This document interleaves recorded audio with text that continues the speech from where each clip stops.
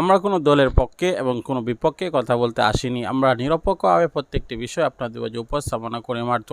আমরা দেখছি বর্তমান সমাজে, বর্তমান পরিস্থিতিতে যদি একত্রে সকল বিষয়গুলো একত্রে করি তাহলে বুঝতে পারি যে দেশের এখন অরাজকতা চলছে এবং দেশ এখন অস্থিতিশীল অবস্থার মধ্যে রয়েছে। দেশ যদি এভাবে চলতে দেওয়া হয় তাহলে অবশ্যই দেশ একেবারেই বিপর্যয়ে চলে যাবে এবং দেশের অর্থনীতি একেবারেই ধ্বংসস্তূপে পরিণত হবে। ইতিমধ্যে দেশের অরাজকতা এবং দ্রব্যমূল্য ঊর্ধ্বগতি এই সকল বিষয়গুলো অবিশ্বাসের বাইরে চলে গিয়েছে।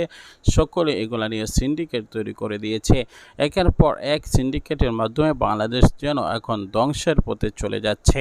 এই সকল বিষয়গুলা থেকে উদ্ধার হওয়ার জন্য মূলত যারা কাজ করা দরকার ছিল তারাই এই সিন্ডিকেটের মধ্যে জড়িয়ে পড়ছে।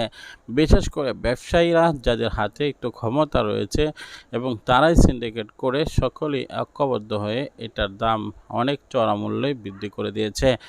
ধরেন বাংলাদেশে 10টা মিল রয়েছে, সেই তেলের পাম্প রয়েছে, তেলের মিল রয়েছে। সেই 10টা তেলের মিল 10টা মালিকে একত্রে বসে তারা চিন্তা করলো 1 টাকার জিনিস আমরা 10 টাকায় ছেড়ে দিব, আর 10 টাকায় যদি ছাড়ি তাহলে 10 টাকা দিয়ে কিনতে বাধ্য। আর এই জন্যই তারা এভাবে সিন্ডিকেট করে দাম বৃদ্ধি করে দিয়ে জনগণের প্রতি জুলুম চাপিয়ে দিচ্ছে। প্রিয় দর্শক, এই সকল বিষয়গুলো কীভাবে নিয়ন্ত্রণ